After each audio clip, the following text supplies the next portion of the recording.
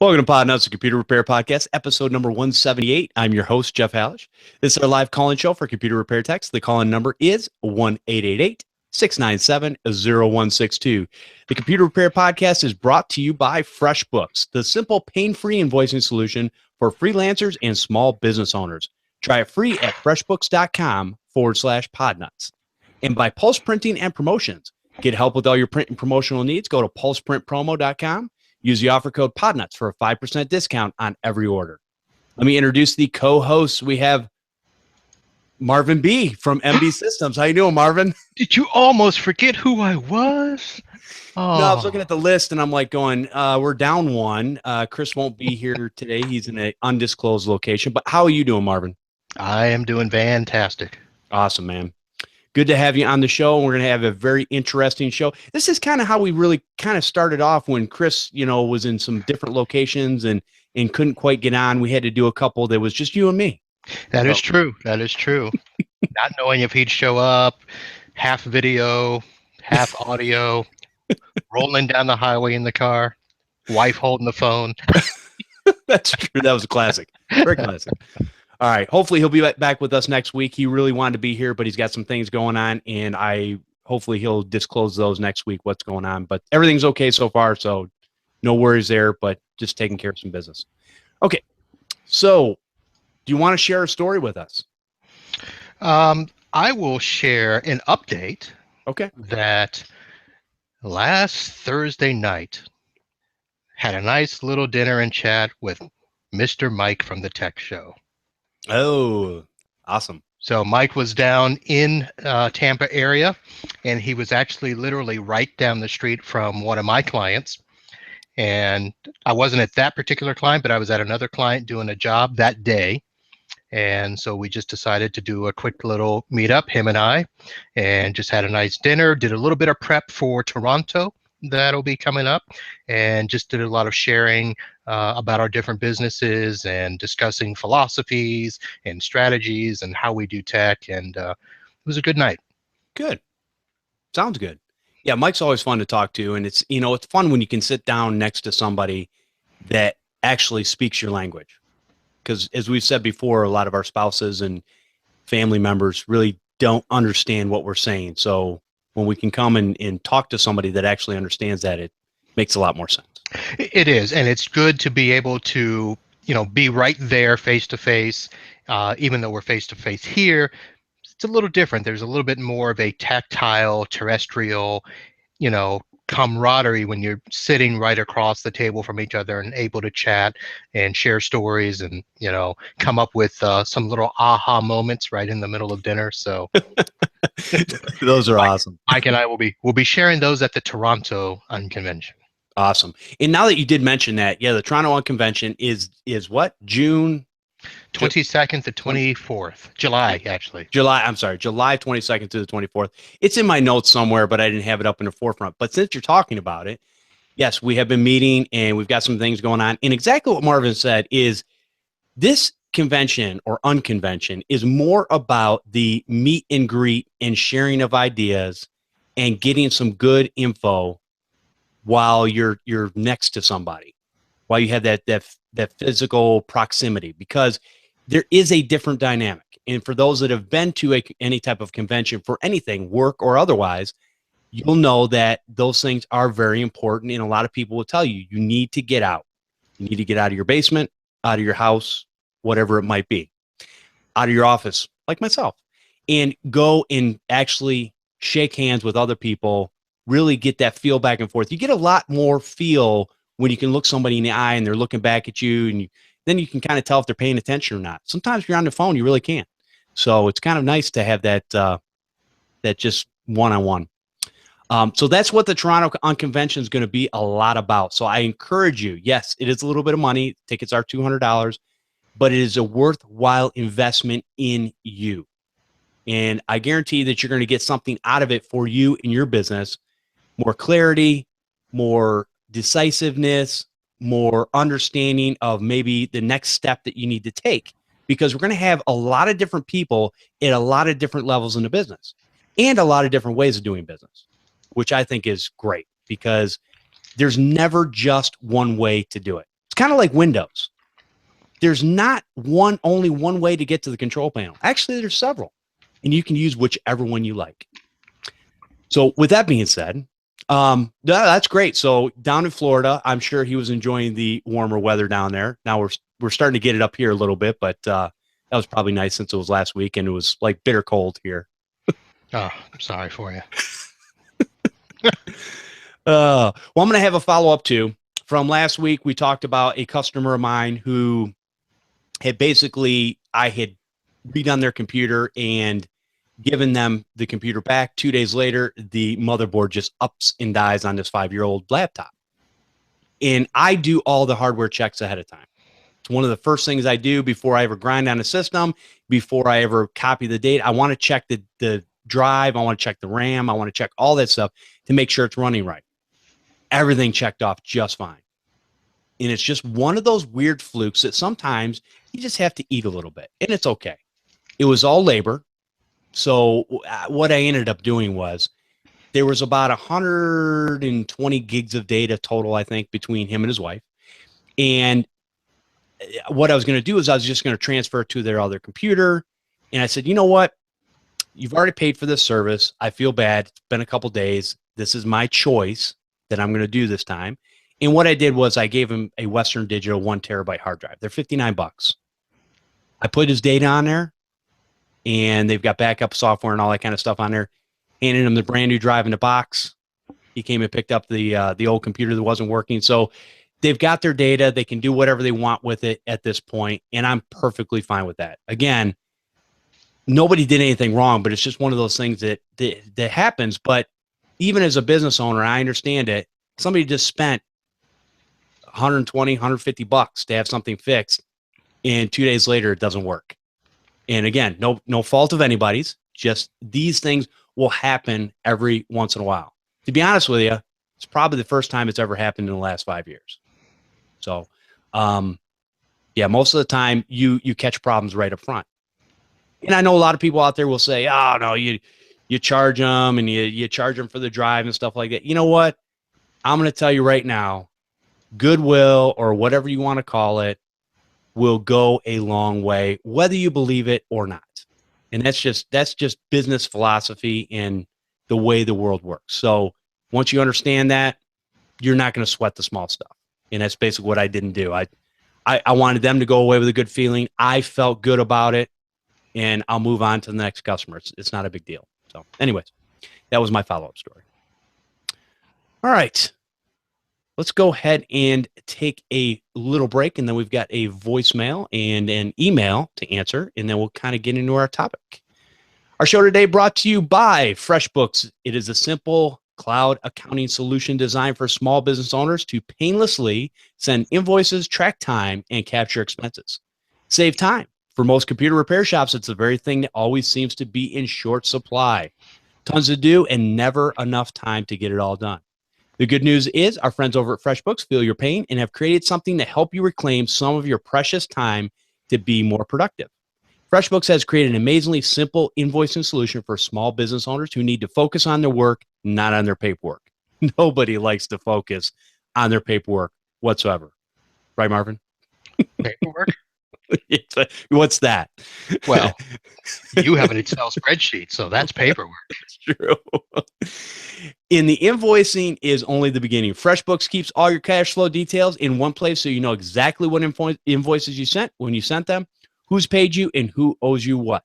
Their mobile app takes pictures or lets you take pictures of your receipts and organize them for later, which makes claiming expenses at tax time a breeze. It only takes about 30 seconds to create a really professional looking invoice. FreshBooks can even show you whether or not a client has looked at the invoice you've emailed. You can call their helpful support line and get to speak to a human right away, which I think is the number one way you will win my business. If I can talk to a human being, get my problem taken care of without going through a phone tree that's 40 miles deep. No phone trees, no annoying pre-recorded messages. I love it. The best part is FreshBooks will definitely streamline how to manage this stuff on a day-to-day basis, but you'll also find that at tax time comes, you'll be so much more prepared and way less stressed. FreshBooks is offering you a free 30-day trial to try it out with no credit card required. Can't beat that. Go to freshbooks.com/podnuts and enter Podnutz in the How Did You Hear About Us section. That way they know you heard about it here. All right. All right. We have a voicemail. This is from Cody Cooper, longtime supporter of all things Podnutz in the Podnutz network and a supporter of this show. I believe he was one of our first call-ins that actually called in on the show way back in the day. And his name's Cody Cooper, a.k.a. Linux Man. Yes, I just coined that term, Linux Man. All right, here's a voicemail from him. Here we go.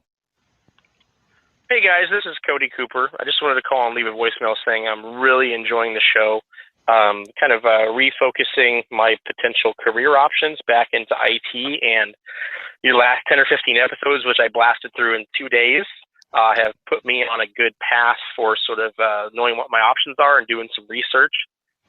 Love what you guys are doing. Keep it up. Although I did want to let you know that I was listening to you guys talking, especially the guys up in Canada, about how you don't have social programs for penguins. And I know that that was a dig on Linux meant just for me. And I got to tell you, I don't appreciate it one bit. Okay, we here in America can read between the lines. And I read that loud. Well, those of us who can read here in the country anyway, I'm not speaking for everybody. But I just want to let you know, I caught it. I caught it. And I'll be listening for any further digs on Linux. So just keep it up. And if you like Linux, please go over to linuxfortherestofus.com. That's hosted by Stephen McLaughlin and a handsome guy.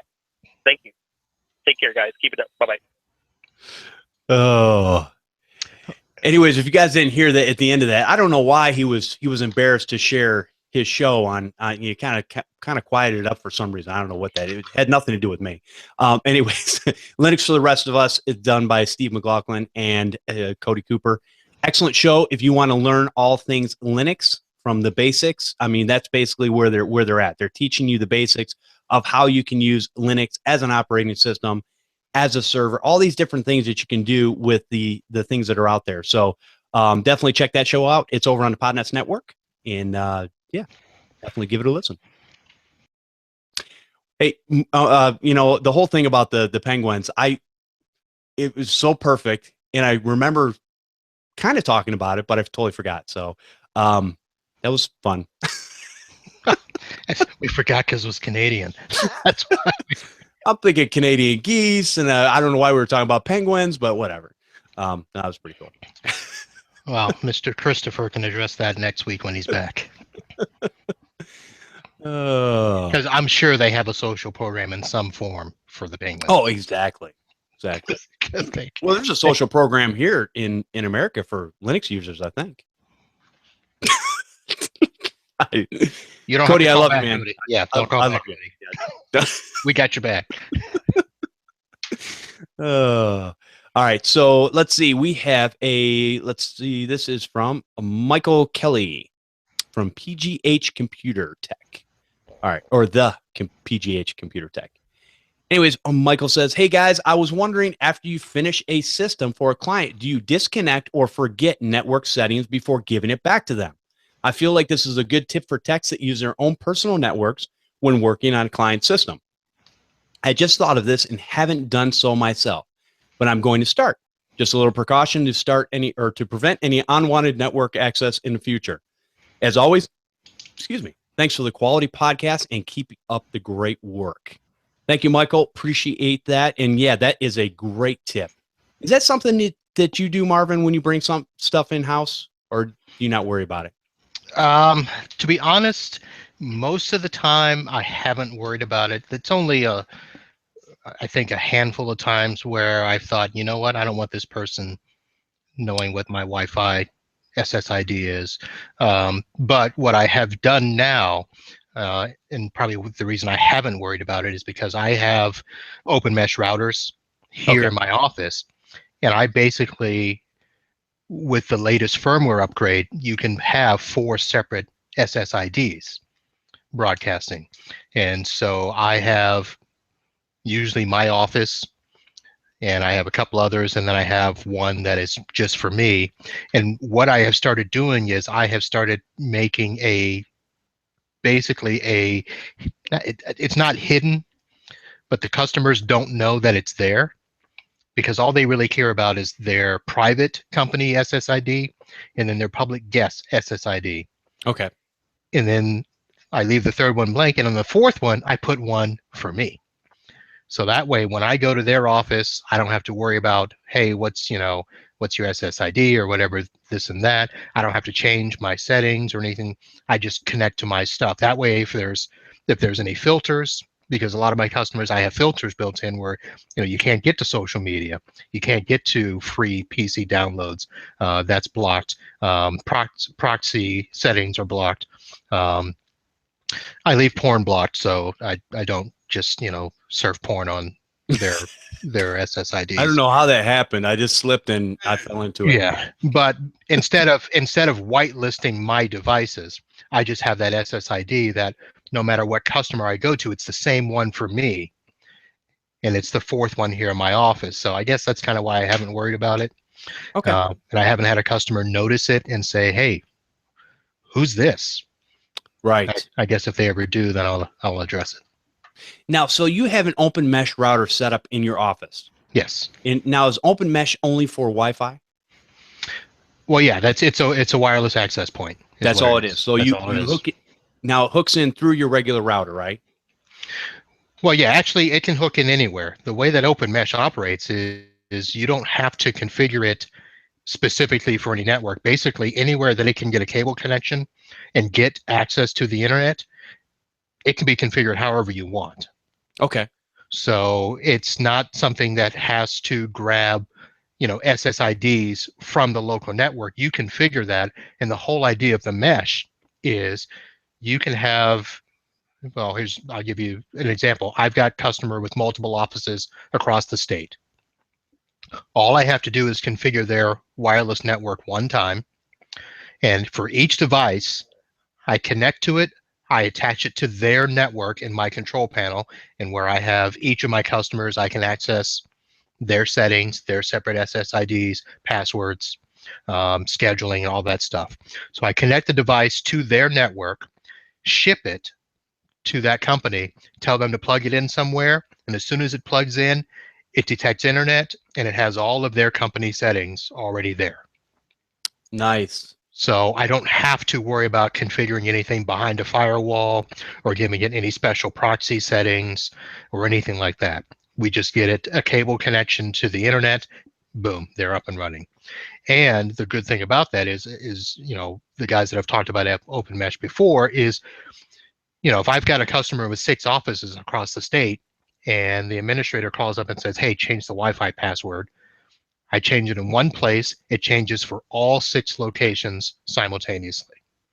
And you do that in a portal right Yes. over the internet? Yep, it's a web portal.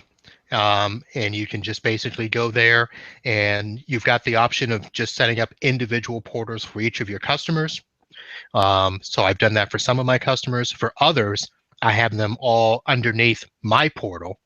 So I log in as MB Systems, and I can see several of my customers, and I just switch back and forth between them. Okay.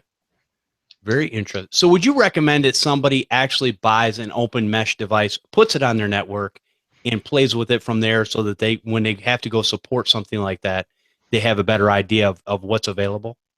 I would recommend, I'd always recommend getting something and throw it on your own network first. Open mesh is probably what I would consider the starter level position. If you're looking to, upgrade from the basic, consumer Wi-Fi routers you're finding at the box stores, your Linux,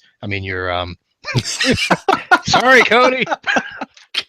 Your Linux on the brain. Yeah, your Linksys, your Netgear, those types of wireless access points / routers.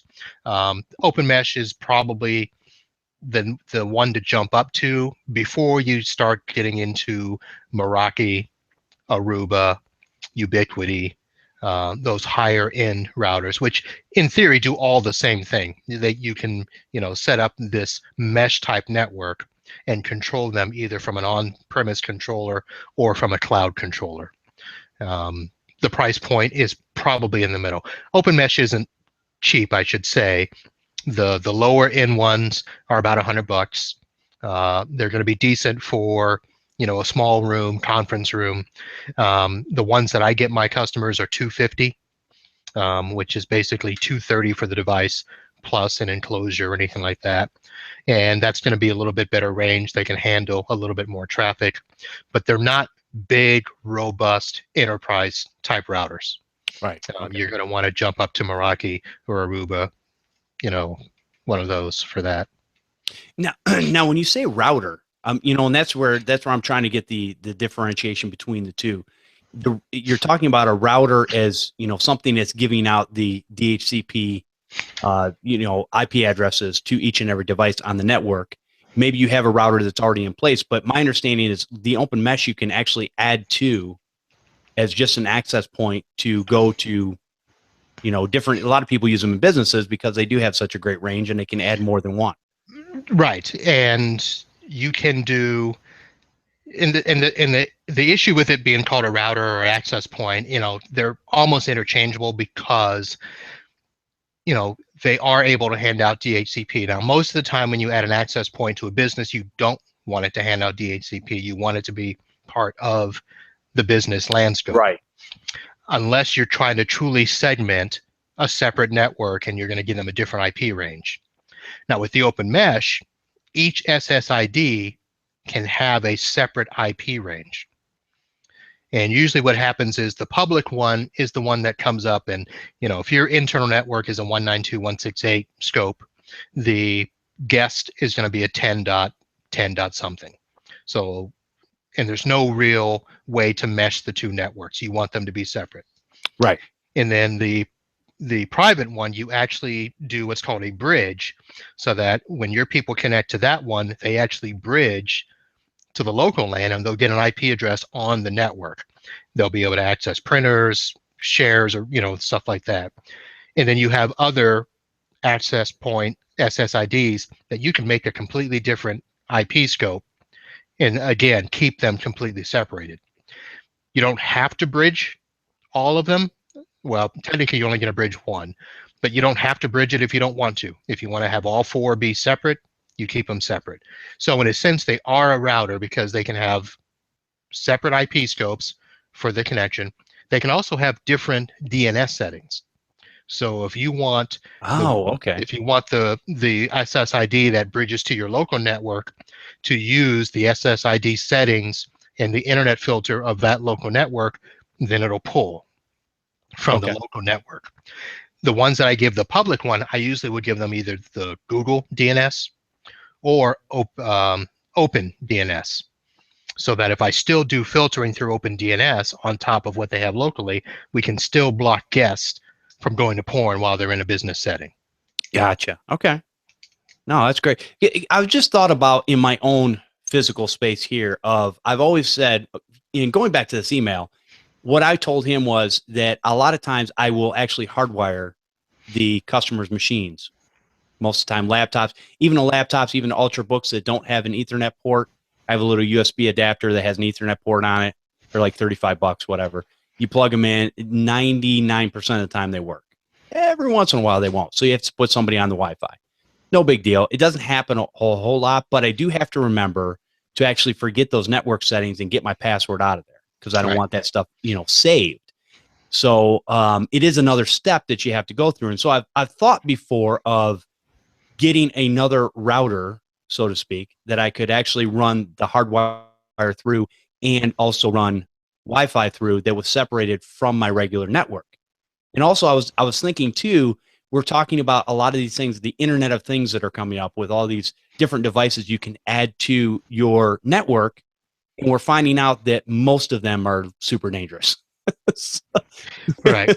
And remember, even if it's hardwired, I think that forgetting the network settings is going to be crucial, because we know now that, you know, Windows 10 is going to share everything by default if you don't tell it to stop. That's a good point. So that whole idea of, you know, Windows asking, do you want to share your Wi-Fi passwords with your friends? Right. So if we work in their computer, we leave our setting in there, it goes to their house. Their friends come over. They've got our password. They may not know they have it, but a good, kitty hacker would know. Yeah, I'm still curious because my understanding is you still have to set that up, man. Even though it's turned on, you still have to set it up manually in order for it to do it. It doesn't do it automatically. Yeah, but we know that. I mean, anything's possible. Don't get me wrong. I understand exactly what you're saying, but I'm just wondering from that aspect of, because whenever I go into a computer, I will see anywhere from 20 to 40 SSIDs in any given computer. Yep. Especially laptops. It's just normal. And it's because they go to hotels, they travel, they're at the airport, whatever. And so I look at all those, and a lot of times I've had things where there's been conflicts because of SSIDs, even that are not working at the time, where I've had to go in and erase a bunch of them just to get to the point where their wireless network was actually working the way it was supposed to. So yeah, no, there's definitely that. All right. That answers that question. Very cool. And just so you know, $100 is not that much money. Not in today's day and age anyways. Some people might be, but I look at it, $100 in your business. Yeah. Spend $100, learn how to use something, and go from there. If you were going to step up from the open mesh, though it sounds like it works in a lot of your businesses, where would you go from there as far as your business is concerned? Right now, I'm evaluating the Aruba AP routers. They start at about 450 and go up from there. And when I say they go up, they go up. So I'm looking at those. And the reason I'm looking at that as opposed to Meraki or the others is my customers kind of don't want to have to pay the annual subscription fee to use their Wi-Fi. Gotcha. So, I want to give them good, robust enterprise type performance, but they just want to pay for the router, pay for the access point once, and just use it. Yeah. We'll probably get into that a little bit. Subscription services. Yes. All right. Let's go ahead and let's take a quick break, and then we'll get into our topic of the day. Our show today brought to you by Pulse Printing and Promotions. Get help with all your print and promotional needs. Business cards, postcards, stickers, mouse pads, fridge and car magnets, shirts, pens, and so much more. You can see some of the most popular items online, and new items are being added all the time. If you need something that is not listed, just ask. Make sure you use the promo code Podnutz for 5% off every order. It never expires. You can also sign up for their newsletter to receive monthly specials. If you sign up for the newsletter now, you will be entered to win 500 business cards. Darren over at Pulse Printing and Promotions designed and printed my business cards, and I couldn't be happier. The design was, it's like he reached inside my brain and said, hey, here's what you want. And it's exactly what I wanted. And the print, colors are good, vibrant, good thick card, normal size. I can't complain. Glossy on both sides, but you can have whatever type of finish you want. There's all kinds of options over there. Go to pulseprintpromo.com and use the offer code Podnutz. All right. So let's get into our topic. The future of tech. Are you keeping up? Where the heck are we going? All these things are changing. We talk about things. We talk about weird things like the cloud, and everybody goes, ooh, what's the cloud? And what do I got to know now? And what do I got to learn? And it's this next iteration of time where you have to learn how to use certain things. And you also have to know that your business landscape might actually have to change slightly with what you're supporting now. And your support might turn into something different. So we've talked about this on and off before, you and I, offline, online. And one of your contentions right now is that your support for your businesses is going to change. And some of the services that are out there that make it easier to support than what you were doing on premise, you're not really making as much money off of those. So therefore, you have to figure out how to go and get more work to make that work. So, I mean, so where do we go from here? What was your standpoint when you made that statement to me a couple times? Well, for those that don't know, that statement actually came up as part of the, are we allowed to say the IT jetpack? Yeah, Yes. no, absolutely. The IT jetpack that I was a, well, I was a participant, but not very active on that show. It kind of But went in a different direction than what we thought it was going to go. Yeah, it did. So the way that I came at the discussion was for a lot of us that are smaller techs that have been relying a lot on, I don't want to say traditional services, because I have embraced a lot of the, the new services for remote monitoring, the cloud backup, but everybody is on one side or the other about the future of it, because there's a lot of people obviously that have found new income opportunities in offering cloud services or things like that that they didn't have before. Right. For people like me, there's a lot of instances where moving my customers to the cloud loses income for me. And not just a little bit of income, a lot of income. For instance, the customers that I'm moving from an on-premise Exchange server, and I'll use one customer in particular that right now they have to use an on-premise Exchange server because their line of business, their main line of business program only works with an on-premise Exchange. When they upgrade, we'll have the option to move them to a hosted Exchange or Office 365. Okay. It's going to be a much better product for them in terms of support and performance and opportunity. But, I'm getting a few $100 a month. Let me rephrase that.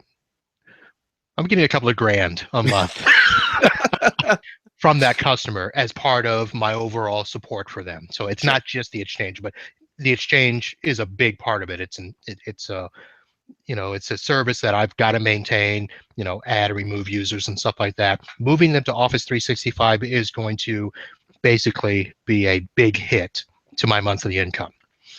And some of it will still be there because obviously I've got to migrate them. So there's a huge opportunity for, charging them for that migration. Right. But once they're migrated, there's really not a whole lot that I'm going to be able to do except for add and remove users. Yeah, if somebody has an Outlook issue, we'll have to troubleshoot that, fix that, and I can charge for that, but it won't be the same as being able to charge that and, that monthly renewing income. Because right now it's just Exchange server, this is how much I'm charging you per month, and it's, X number of dollars, and it's a nice chunk. Moving them to Office 365, if I don't get involved in the process and we just let them go straight to Microsoft, I get nothing. Right. If I use my referral partner and just get the referral bonus, it's, 50 cents a mailbox. So if it's 100 users, that's $50 a month. Yeah, that's better than nothing, but it's not anywhere near what I was getting before. Let's clarify a little bit. So when you're talking about an on-premise server that you have Exchange running on, you're talking about you have to support not only the hardware and software that is attached to that. When you go to something in the cloud, that support for the hardware and software, not so much the software, maybe you have to fix things, but the actual support of the hardware and software in and of itself goes away, correct? Well, yeah, because the server's gone. Right. They don't need that server on premise anymore. So let's say I'm charging $500 a month to manage that server. Well, that server goes away. Right. I mean, even if I retask that server, if it's good enough to do something else, it's no longer doing those Exchange services. And, most of the server functions that it could do are not going to be something where I can charge $500 a month to maintain that server anymore. So I may be able to charge $100 a month. So that's $400 a month that I've now got to make up. Right. And for a lot of us, if it's just $400, that's fine. We could probably go out and get another client, do some other stuff. But I've got 15 to 20 customers like that. So I lose $400 a month times 20. Right. That's a lot of money to make up. Right. And so I think part of what we've got to figure out is how do we make up that money in these other services? So yeah, I'm reselling Office 365, and I'm getting a little bit more than 50 cents a box for that, but not a lot. I've introduced my cloud backup. I've introduced my remote monitoring. But the thing that I really was hoping to discuss with people is the problem with a lot of those services is they're being sold based a lot on price. So the next tech or the next company that can come along and offer that for, even if it's $1 per month less, customers can look at that and go, yeah, I'll save $1 per person. So if you got 100 users and they want to save $100 a month, they'll go with somebody else. Right. Okay. So if we're charging, let's say, a lot of the MSPs are charging $75 a month to maintain workstations, to monitor antivirus, backup or whatever they're doing. All right, so the next company comes along, $50 a month. And then somebody comes along, you know what, I'll do it for 25. And then you've got techs that are just getting into the business and they can, they're not going to make any money, and they'll just say, hey, I'll charge you $5 a month, and all I'm going to do is monitor your stuff. And then I'll charge you anytime I have to do anything. Right. So the difference between 75 and $5 a month is a big drop when you're talking about 100, 200, 500 endpoints that you're maintaining. Now, okay, so and we've always said this about price. Do you think that, with that being said, that the support is going to be, they're going to get the same support at $5 a month or $75 a month, or is it going to be drastically different? Well, our contention is that it's going to be different. I mean, let's look at, and I hope I don't get sued, but let's look at GoDaddy. Okay. That got into the Office 365 business. And I mean, they're not really selling it for much less, but they're certainly doing a very good job of marketing and telling people, hey, just come to Office 365. We'll roll it into your hosted package for your internet and your email and all of that. But what they haven't done a really good job of is the migration. Right. So the opportunity is there for us to do that. But here's what happens. Customer doesn't even have to talk to us to get our, recommendation, our approval, or anything. They just happen to talk to GoDaddy one day. GoDaddy says, hey, why don't you do this, blah, blah, blah. And what's the catchphrase that's going to get the people? Oh, we don't need your IT guy. And that is one of the things that I talk about often, that it is, this business comes down to relationships, because I think that's, again, if you want to take care of your customer, I want my customer, and I've said this, if their computer farts, I want them to call me and tell me, hey, my computer farted, I need some help. Whatever the issue might be, I want to be their guy to help them through everything that they do and everything. And I never want to steer them in the wrong direction. I always want them to be up and running 24/7. I want their stuff to work. And I think a lot of times, if you're going to go for the cheaper solution, there's going to be a lot of pain involved. Now, granted, I've also said a lot of companies can handle a lot more pain than they believe they can handle. When somebody says, I need this up today, they could be down for 2 weeks and they'd still be fine. That's just a reality. And that's most businesses. There's a handful out there that actually know they need to be up and running because their specific proprietary software or whatever has to be running so that they can do business in whatever they do. But that's not the case for most. So now people will sit there and cry and complain, even residential customers from that standpoint. They bring you a computer and they go, hey, can you have this done today? Now there's people out there that are doing it. I don't know how good a job they're doing or what, I like to go through those computers with a fine-tooth comb myself to make sure that when they're getting it back, it's working. Now, there's different businesses. There's a businesses, hey, churn and burn. Let me bring it in, churn it back out. No problem. If something happens, I'll fix it. It doesn't really matter. It's just a business. Then there's the people that actually want to take care of the end customer. But a lot of times the end customer doesn't really care about that. They are just looking at, like Marvin was saying, the cheaper price. Right. Because look at what you're going to have to contend with is people going online looking for support, and they're going to get to the ad. Now, not in your case, because you're, number one in your area, in your 6x6 square mile or whatever. But for a lot of us, if people go online to look for, support, they're going to hit that one top advertisement, $49 flat repair. Right. And they're going to call us, and how much is your rate? Well, $150 or whatever, and they're going to be like, oh, I'll just go to the $49 repair. And most of the time that might work for them. So if it works the one time, they're going to go back. Right. And I have, I still deal with those things. I still have people that call up and price shop. Yep. And but the way I look at, yes, again, but I'm not chasing every one of them either.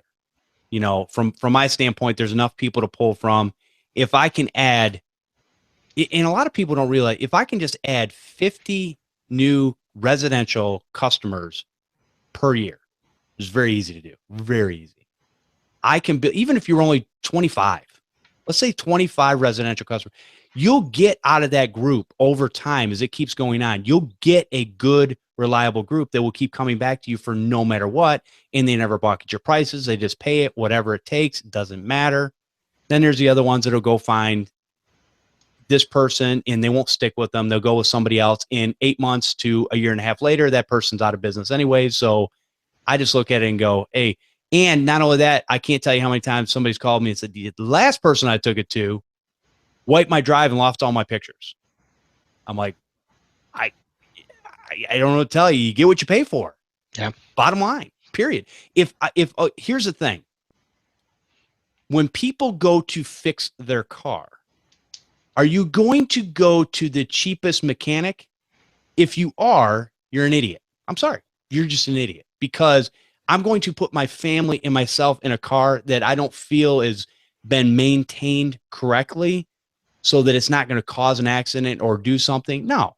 And even though I can work on my own vehicles, I still will find a reliable mechanic that's not going to gouge me, but I'm looking for a mechanic that's going to be not only reliable, is going to be honest with me and go, hey, here's the things we really need to take care of.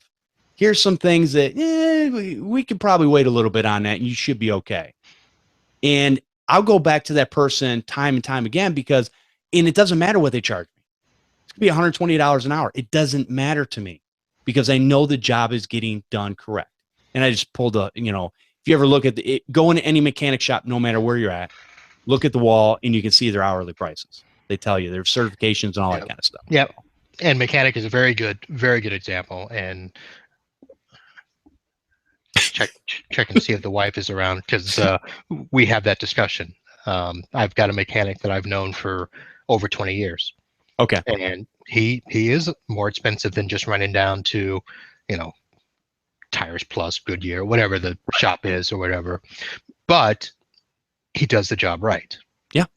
And, every time we've gone to one of these other shops, and they say they fixed something, and then the next day we're like, okay, that's not fixed. Do we really save any money? Not really, because we got to take the time to go back. We got to take the time to argue, and then maybe, we've had a time where, we went back and they said, oh, well, it wasn't really that, it was this. So now we're going to charge you for this. Right. So, well, what about that? You made us pay for this and it didn't do anything. Now, my guy, depending on what it is, if he can eat it, he will. Right. That was my fault. I misdiagnosed it. Just pay me the difference or whatever to cover that sort of thing. Sure, parts and all that kind of stuff. That's normal. So that's the type of thing that we as techs are going to have to deal with. Right. That we've got not just other techs but other companies. Right. Now, remember, one of the things we are going to have to contend with is we've got partnerships with a lot of these companies that we're either trying to resell or refer business. Our cloud backup, our Office 365. Those companies at some point in time are going to start bypassing us and marketing directly to our customers. Then what do you do? Right. And here's one of the things that I will say. There's a lot of, and I didn't understand this terminology till probably a year ago. There are companies that are what we call channel friendly. Oh, I just threw up in my mouth. And there are companies that are not channel friendly. And because I hate these stupid terms that we use in the industry, I threw up again. Anyways, the point being that you want a company that's going to back you up. And again, are we really looking for the cheapest distribution center to put a product out? Or are we looking at somebody that's going to be in it for the long haul and it's going to be around for a while? See, a lot of times we don't want to spend any money because, and here's what baffles my ever loving mind. Okay.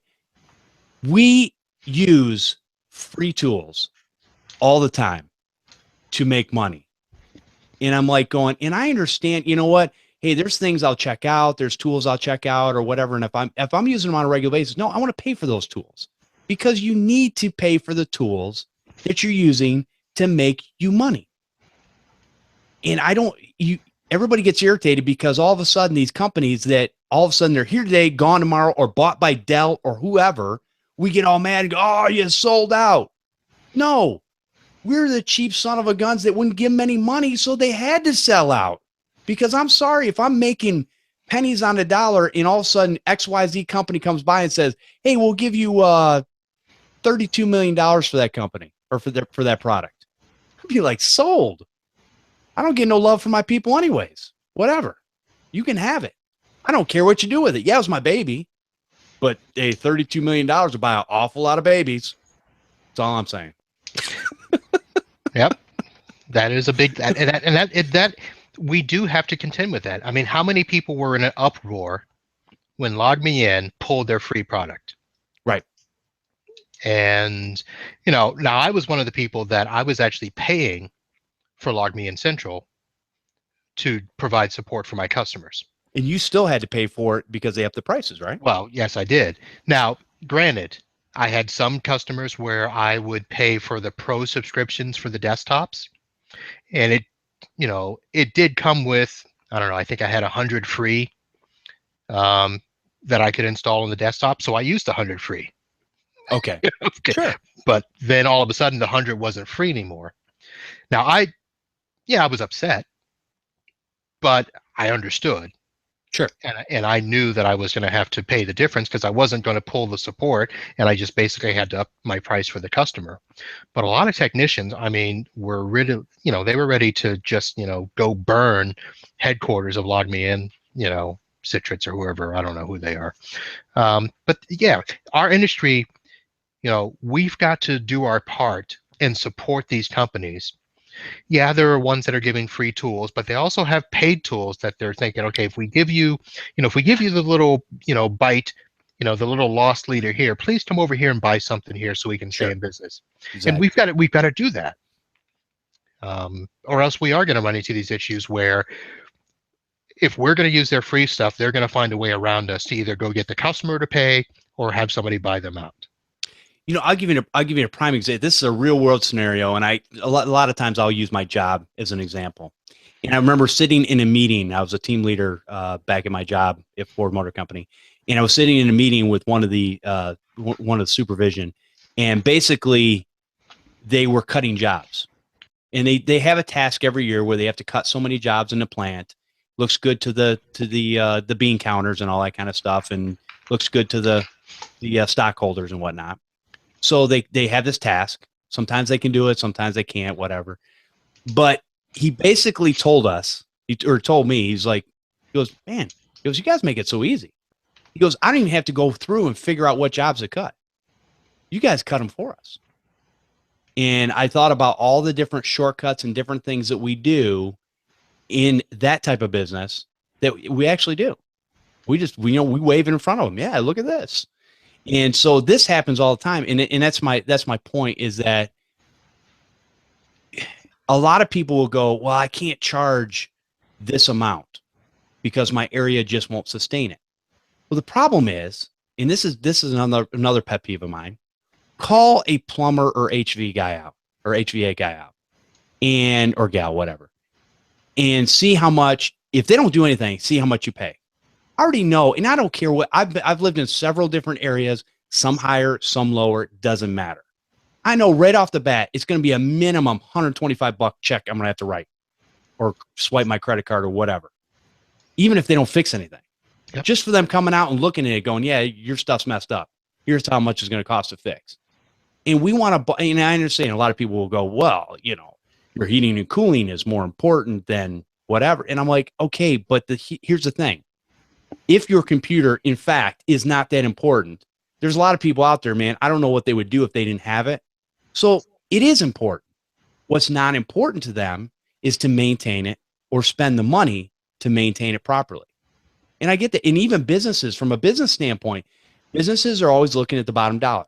Hey, if I'm bringing home less money because I'm spending more, they're not looking at, okay, if something happens, how much money do I actually lose for being out of business for a day, 2 days, 3 days, whatever it is. And they're not looking, and that's where it's our job to help them understand, listen, we can do it this way. We can do it your cheap way, but here's what you're going to get.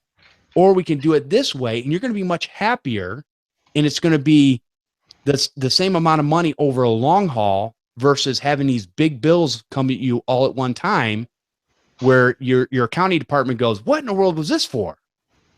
And again, another analogy. Now, I'm just on a roll with analogies. Anyways, there was so when you work inside a facility and they fix things like high-lows, let's say, what'll happen is if I need, let's say, a steering wheel for a high-low, I will, if I were to just put in an order and say, I want to order that steering wheel, which might be $300, they'll order it. You don't have to get it signed off anywhere. It's just boom, no problem, brings it in.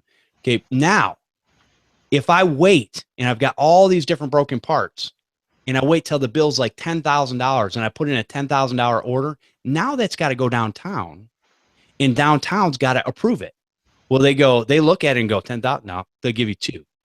So therefore, all this stuff never gets fixed, because there was a way to do it that they could have done it as they needed it, and it would have been paid no problem on the fly. But when it's done in big chunks like that, nope, it doesn't happen. And a lot of people, and that's how businesses run. And a lot of people don't have those basic understandings. So I think that's part of what we're trying to say is, don't be the cheap person that's hurting the industry as a whole. And, you know, again, you don't have to be the best bang for the buck. You know, dive into your niche, do what you're good at, and offer that. But, you know, and if you look at, let's go back to Marvin, let's talk about support a little bit.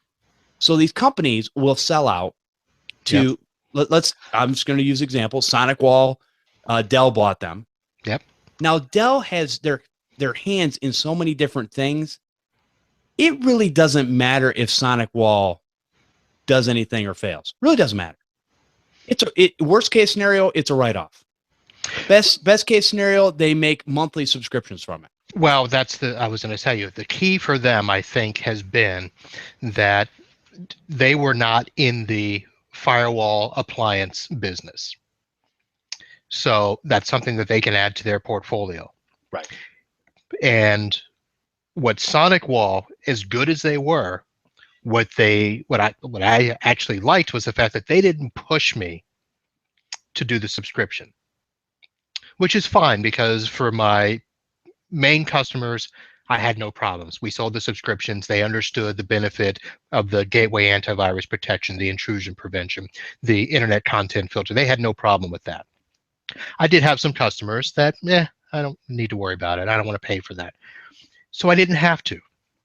Right. What Dell has done is now I'm sure they have got a boiler room of people that all they do is call the owners of Sonic walls that are not under subscription. And here's what I got. Now, at first they would just call and say, hey, we notice you've got a, Sonic wall that's about to expire. And I'll be like, yeah. So I'll talk to the customer and I'll get it done. And as long as I can renew it, that's fine. But I get to the point where I'm like, okay, you know what? I don't need you to call me every time. I can see in my Sonic wall portal who is expiring and who isn't. So what they've done now is they're sending out emails that are saying, we know that you've got a router that's about to expire in such and such number of days. If we do not hear from you within 10 days, we will call the customer on your behalf. Making it sound like it's convenient for you. Right. For me to say, oh, on my behalf, yeah, go That's right ahead, awesome. go call. Thank you. And the next thing you know, I won't get any money off that referral. Right. So they, for whatever it is, whether, it's Sonic Wall, Meraki with their subscription services, HP, Dell, we're all going to be fighting stuff like that at some point somebody's going to come along and on your behalf contact your customers. And all the services that are coming up, desktop as a service, software as a service, those are things that if we don't pay attention to, we're going to lose our customers. Because all it takes is for somebody to go, you know what, how much did you spend on IT last year? Well, for this much less, we can put your stuff in the cloud and you don't have to worry about hardware. You don't have to worry about this. And we've got you covered.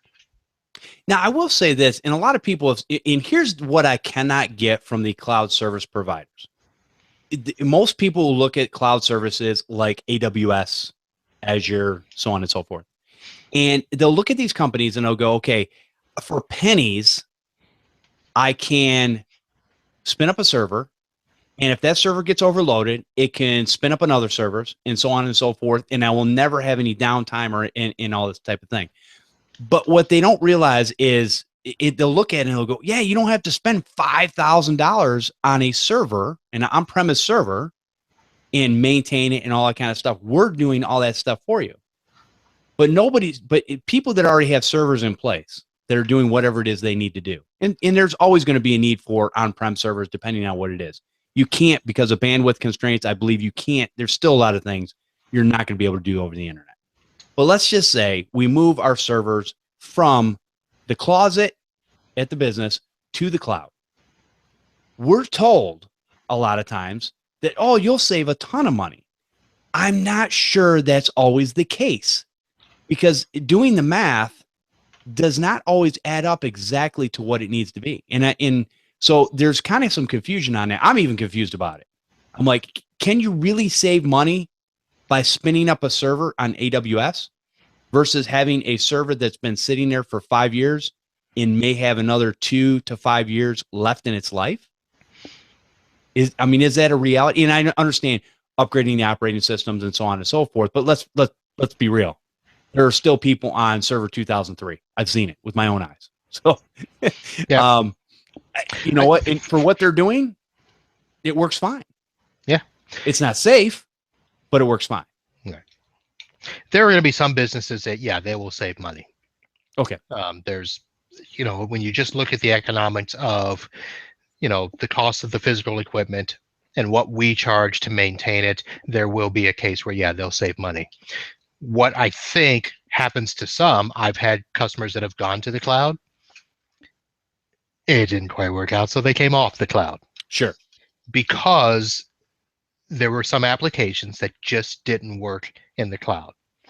And, the examples of, if you've got documents that are, 20, 30, 40 megabytes that have to constantly be accessed and stuff, that's bandwidth that you've got to account for. So customers are having to up their internet bandwidth. And if they can. Well, if they can. In businesses, a lot of even in downtown areas, a lot of people are constrained at this point. Yeah. Your business internet is going to be different than what you can even get at the residential home. Well, that's the key. Everybody thinks that, yeah, we'll just, be able to spin up, Comcast can do, but, if you're talking about businesses that have to have, very good, solid download and upload, Right. That's where it's going to be key. Now, there are some people that are able to get great fiber Ethernet connections and can, sustain a 10 meg down and up. Right. But I've just spent the last 2 years upgrading, a couple of my law firms to a 50 meg fiber connection down and up. And that took their monthly bill from, I think, like $1,200 a month to $2,500 a month. And wow. Okay. that's a big chunk. So they're looking at it, okay, well, we thought we were saving money over here, so now we got to spend it over here. I'm not saving any money. Exactly. So yeah, there will be some that will save money. There will be others that won't. And there will be some that literally will not be able to function in the cloud. And, it's just the nature of what they do. I've got a print shop that, they're ripping, gigabyte size data files to print these signs. Right. Okay. They can't wait for that system to upload into the cloud. And then if they got to go grab one, have it come down. So it'll be interesting. It'll be interesting to see, but that's a situation where, somebody's going to provide them and say, oh, well, just put a desktop in the cloud, as a service or something. I don't know how that's going to work. Yeah. So again, we're going to go to, the thin clients or the dumb workstations of the days of old that would access the server. And, if they died, you just ripped them out and threw another one in and you're up and running in, a few minutes. Yeah. Is that going to be a case where, again, I think bandwidth is not what people think it's going to be. And a lot of people oh man, wireless is coming down and we're going to have a lot of good wireless and all this stuff. And it's like, okay, we are talking about radio signals, just so everybody knows. Radio signals and, analog radio signals have always been iffy at best. They work for what they do, but they're iffy when you're talking about data transfer and those types of things.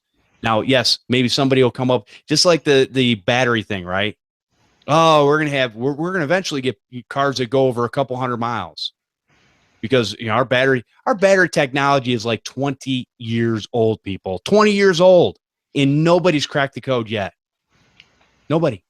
So again, I just think some of these things, and a lot of times too, if you look at the infrastructure of cable providers or internet ISPs, they're only going to put in services that are going to net them money. In other words, if I have to spend X amount of dollars to lay fiber and it's not going to net me anything for 10 to 20 years, a lot of times as a stockholder, I'm going to go, nah. Our whole thing, we need to make money. So it has to be in the right area, doing with a good amount of people that are going to take advantage of it in order to justify spending the money to do that stuff. So I think that's going to be a constraint. That's just a personal opinion. I don't know, but I've seen, I was one of the first ones back in 99. I had dial up for like a day and they offered cable and it was Roadrunner. And I said, I didn't care what it cost. I can't remember what it cost back. It could have been $50. I don't know, but I paid for it. I'm like, get it out here, man. But I also remember the time because here's what happened and a lot of people didn't realize it. And this is what I got told by some of the techs that had come out and dealt with this problem. Me and a neighbor who were 2 doors down, were playing games online back in the 90s, late 90s, early 2000s. We would have drop-offs. It would just, internet was up and down. It was just weird. So we got told by the technicians that actually came and worked on the lines, when instead of going back and redoing all the cable, and because cables were cut and spliced and they didn't know the whole infrastructure, how everything went, they basically said, their stockholders basically said, or the company heads for the stockholders' sake said, listen, we're only going to fix it if it needs to be fixed. And so that's what they went with. Well, I had them out there for a period of about 3 weeks, and I called them the midnight crew because actually graveyard shift is really what it was. 2 or 3 o'clock in the morning, they were coming and shutting the whole neighborhood down because we had a big problem. And they had to go replace the line all the way from the node all the way to the neighborhood. And they dug up backyards. It was a huge ordeal. Now, once they got it fixed, it ran beautifully. But my point is, we run into a lot of these things. Companies are not going to spend money if they don't need to. And in a lot of cases, they don't need to because it's good enough. So we'll see what happens with some of this technology as we go. I think there's going to be a lot of bumps in the road, but I also think that we also need to be thinking about what can we go into next. What are some of the things we can support that are going to make sense for us? Because let's face it, too, the other problem is, Marvin, you're talking about all these companies that have on-premise servers. If all those go away, you're talking about a big chunk of money. Well, here's the other reality. You only have 24 hours a day, my friend, to actually work. So now what do? I mean, how much of that money can you actually make up? Because it's going to take time to do a lot of the things you have to do in order to make that money up, correct? Well, yeah. I mean, the whole focus of my business may have to change because here's the other thing, because I've been told this. Why don't you beat them to the punch and why don't you put them in the cloud? You spin up your own servers and you do all that stuff. So my problem with that is I know these software vendors. Those software vendors are only going to wait so long before they tell the customer, yeah, if you're going to be in the cloud, you got to be in our cloud. Right. So then my cloud becomes irrelevant. So now I've spent money, time getting all that up. That goes away. So I'm still in the same boat where I'm not getting anything for supporting that customer because I can't. If they go to their cloud servers, their desktop as a service, basically I've lost. Now I'll still be their tech because they'll still want somebody for emergencies. Hey, my workstation died. I need this fixed. Hey, what's wrong with my phone? I can't get my email. Yeah, stuff like that. But for some of these customers where I've got that monthly recurring income, yeah, I've now got to focus my efforts someplace else. And then I'm out, marketing, which I know that that's a thing that a lot of people have to do, and that's something that am I looking forward to it? No. Do I have to do it? Probably yes. But a lot of it is based on I've got to find the niche for my business, or as Christopher would say, the niche, that I'm going to be able to compete with these customers. I mean, compete with these other vendors that are offering, the virtualized servers in the cloud, the desktop as a service, the software as a service, which I don't do software. I'm not a programmer. Right.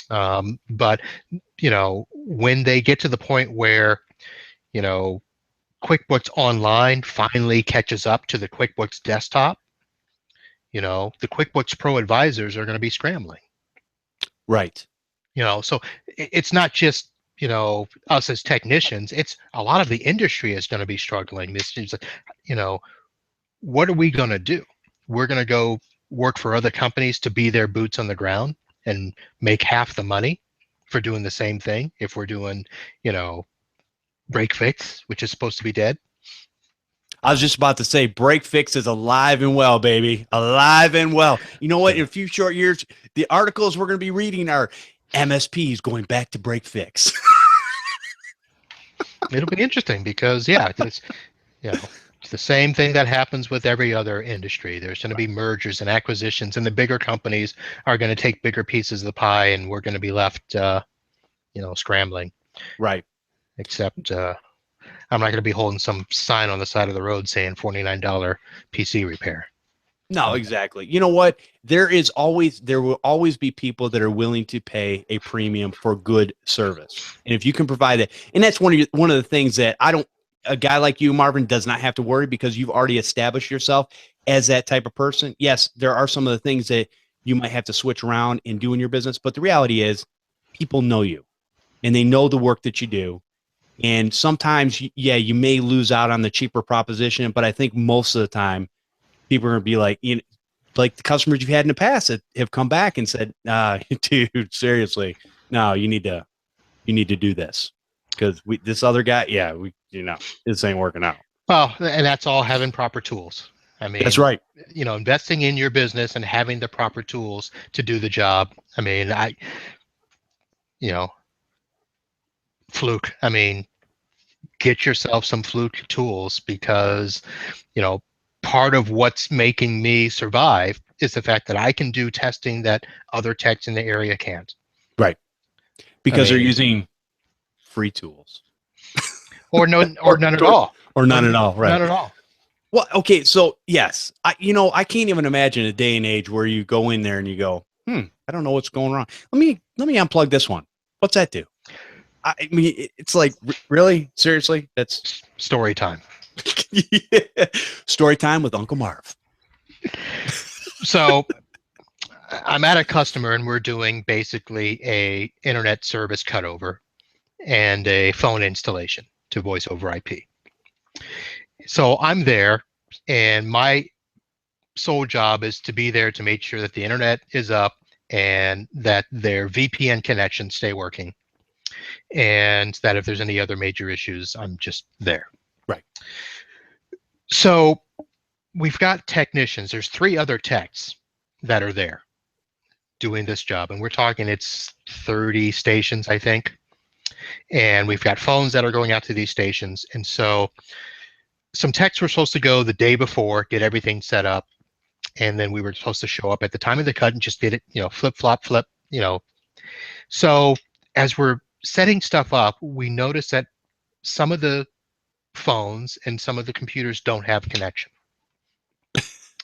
So the technicians are running around and they can't figure out what the ports are because the cables are, behind the desk and behind their cadenza, and they didn't want to have to move it. So they have no idea what the port number is. So one of the techs is in the server room, and the way that the switches and cables are, there's not a rack. Okay. There's a patch panel that's up on a wall. It's up there in the top corner of the room, above a cabinet, where you have to take a chair to stand on the cabinet to see the switch, to see if the lights are on and what the numbers are and stuff like that. So the tech is up there and he's got his phone and he's talking to the other tech in the phone, and he literally is taking a cable and doing this. Is that it? He's unplugging the cable, checking to see if the light, is that it? And waiting for an answer from the other tech and then plugging it back in. Is that it? And I'm standing there looking at them, and all I'm thinking is, I can do that for you in just a couple of minutes. And of course, I let them go, and they get to the point finally where they can't tell which one it is, because the tech can't tell what he goes, well, I can't tell if the light is on or off. So finally, I pull out one of my flutes, and I walk into the space, and I said, give me the cable. Plug my flute in, hit the little flash button so we can go back to the switch and see which light is flashing. That's it. Oh, man. How much is that tool? I want one. I mean, about your credit card. It's something where 2 techs spent, I don't know, probably 20 minutes doing this. And I'm just sitting there watching, and I'm laughing, and I'm just dying. I'm like, wow. I can't imagine going back. Well, okay? So let's deal from a standpoint of, so explain to me what's the most inexpensive fluke tool. I use the word inexpensive, but I don't want to say cheapest. The most inexpensive fluke tool that would have given that information for that simple process and save them a ton of time. Well, actually, the Fluke Link Sprinter. Okay. And I don't know if it's there. There's 3 models. There's the 100, the 200, and the 300. The 100 would not do that. Okay. I believe the 300 model is the one that would do it. I'm not sure, but here's the bottom line: $399. And it's not that bad to have a tool that will save you a ton of time. Right. So it's not just finding ports like that, but how many times do you walk into an office and you just need to know if a jack is live or not? Right. All you've got to do is take your fluke, plug it in, and it'll tell you cable length to the switch or to a device or whatever. Yes, it's live. No, it's not. And that test, I'm telling you, that test is 10 seconds. Nice. But yet techs will still, try to have that little $40 tester, and go plug it in on this end, and they'll run and go find their toner and try to tone and go through. I'm not saying that those don't work. So let's not, be in an uproar. If that's all you can afford and you're just starting out, get something. Right. But if you've been doing this job for a while and you've got to do that on a regular basis, step up to the tools that will make you be able to do your job faster, get you in and out, and you can charge the same amount of time that it would take to spend 20 to 30 minutes, because you're charging not just based on time, you're charging based on value. Right. The value that I bring to your office to be able to troubleshoot things faster is a lot more than the value of the tech who claims to be just as good with all the free stuff, or I don't need this, I don't need that. But it's just such more value, and you look a lot better. Right. When you can solve a problem in less than a minute, then look like, I don't want to, bash these guys too bad, but I mean, it's an office that I'm at a regular amount of time, and so I know the staff, and the staff, are watching the guys, oh, is that it? Is that it? And they're looking at me and laughing. Because they know. Because they know that you're going to help them, Marv. I'm like, well, no. This is best entertainment I've had all week. What are you kidding me? Come on, eat your lunch and be like, so it's things like that where, I mean, I always carry my tools now. Right. I mean, just, another example, in that same office, I had a guy that was trying to figure out a wireless issue where they had a device that wasn't connecting. And he's, sitting there with his phone trying to figure out why the wireless wasn't working. Because in his mind, well, if I can connect with my phone, I can connect with, this should work. And then he's like, well, I don't have signal, and I don't have this. And then he's running and doing, he's taking a phone and holding it up in the air and running around the room. And, then he's trying to run to the other side of the building to see if he's got signal or whatever. And I'm like, dude, let me tell you. So I take out my other fluke, the One Touch, the big. Oh, the big boy. The big boy. And I've got it to where I can simply just hit my button, go to Wi-Fi, hit connect, tells me what the signal strength is, tells me what the signal is, tells me all of this stuff, what channel it is, how much congestion's on it. And literally that takes a couple more minutes. It's not a 10-second test. It takes about 2 minutes to do. But I'm like, yeah, Wi-Fi's good here. I hit save, I hit report, and I can print that out and show somebody this works in this area. I stood right here. Here's the test. Right.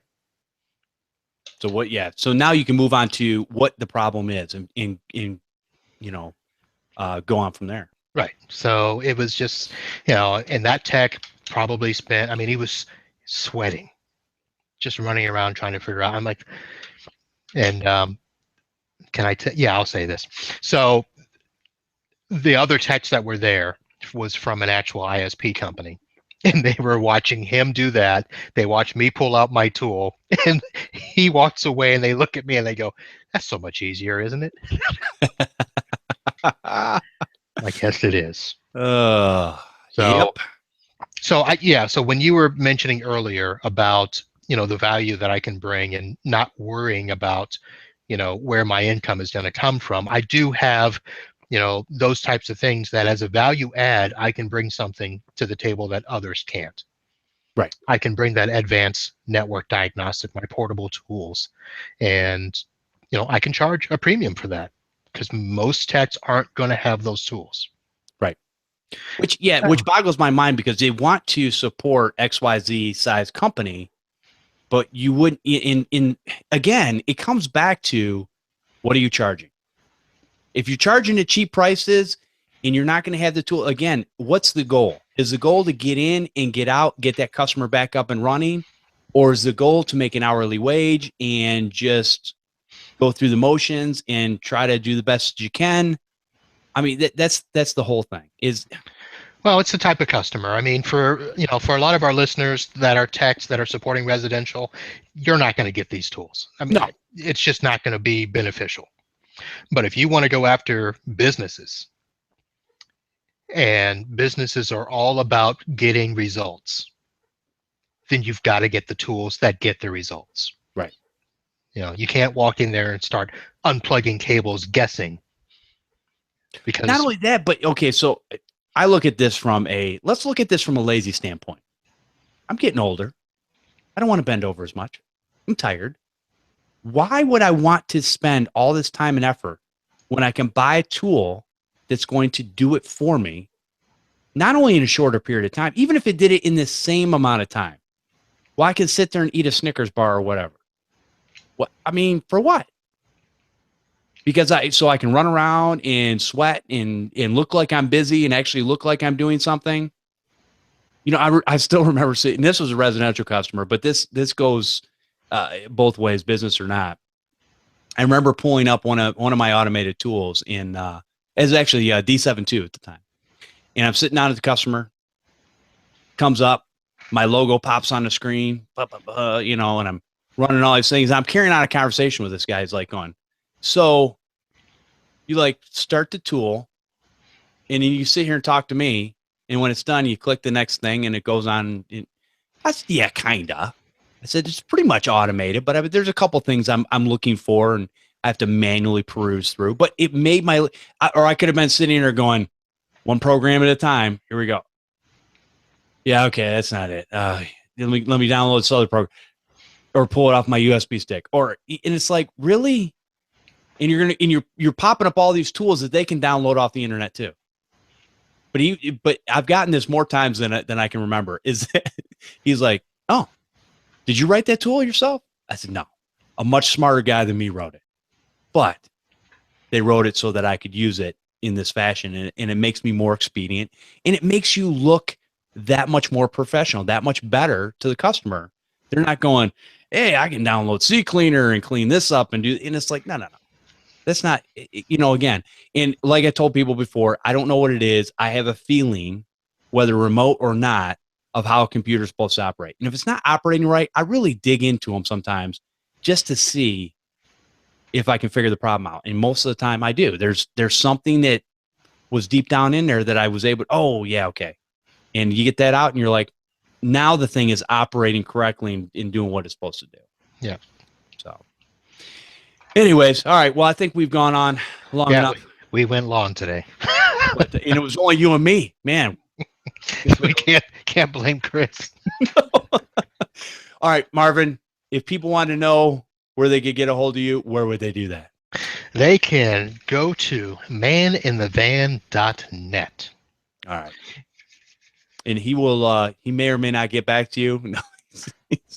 Hey, I responded to 2 people this weekend on Podnutz related questions. Nice. No, Marvin, even from the beginning, has given so much back to this community and just people and just wanting to help people. And really, with his 20 plus years of experience, he's got the goods and he's doing the right things. In my opinion, he's giving back to a lot of us that don't know or maybe didn't think about certain things. And as my good friend John Dubinsky always says, there's one thing that I absolutely know. I don't know everything. Yep. And as long as you live by that, I think in a couple weeks here, maybe next week, we'll see. If Chris gets back, I want to have a discussion about how we're so for this product or that product, or this product's junk and that product's garbage, and or Sonic Wallace crap. Oh yeah, Sonic Wallet. So I mean, we have our reasons for liking certain products, and I've always said, use the products that work for you. Understand the product you're using. Get down in the weeds with it. Learn it. I've seen a lot of businesses and a lot of people that go from product to product to product to product to product, and they know none of them well. And it's like they get these weird problems, and they go, I don't know. Well, if you were dealing with one, and you really dove down into it until a certain point, then, you know your stuff. And I think that's the biggest thing. Again, just use what works for you. But we'll talk about that. I want to talk about the antivirus and different things coming up. All right. As we mentioned in the beginning, Toronto Unconvention, July 22nd through the 24th, 2016. Get your tickets. I'll have a link in the show notes. You can go there. Again, I do get a small commission if you use my link. Come join us live for the Computer Repair Podcast every Sunday at 4 p.m. Eastern over at podnuts.com/Computer Repair Podcast Live. Join in on the conversation by calling in live. Yes, this is a live call-in show that you can call in on. We even have a 1-800 number that you can use for that. You can also hang out in the chat room. And I apologize today because I am not able to pay attention to the chat room. Usually Chris is very good at that. We all have our strengths. We have audio available over at podnuts.com or subscribe using your favorite podcatcher. You can also subscribe to our YouTube channel, Computer Repair Podcast. You can send your questions and feedback to podnuts@podnuts.com, or you can leave a voicemail like our good friend Cody did at 1-888-697-0162. And I want to thank all of our Patreon supporters. You guys are making this wonderful. You're really helping out, and I really do appreciate it. And I know there's people out there that actually care about what we're doing here. And I want to give a special shout out to Matt Montgomery, who is our newest Patreon supporter. Thank you, Matt. Really appreciate it. You guys, if you want to support the show, you can go to patreon.com/Computer Repair Podcast. And I want to thank everyone for listening and subscribing to the show. We'll see you next time on Podnutz, the Computer Repair Podcast.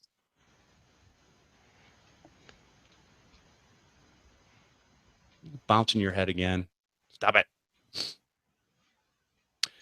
Okay. Oh, that's kind of weird. Let me stop that. So Phoenix PC, thank you for participating, even though you were the only one in the chat, really. Well, the chat, I was just about to say though, it's not. It's the chat is like broken. It's just booted me out again. Yeah, I had a problem actually connecting in, and it just booted me out. I don't know what the deal is. I'm in and just Interesting. All right. Well, I think it's 5:28 already, so our banter has gone on long enough since it's just been you and me. I'm going to go ahead and end the show and appreciate everybody coming out live, and we'll see you next Sunday at 4 p.m. Eastern Standard Time. Have a great week. Bye-bye.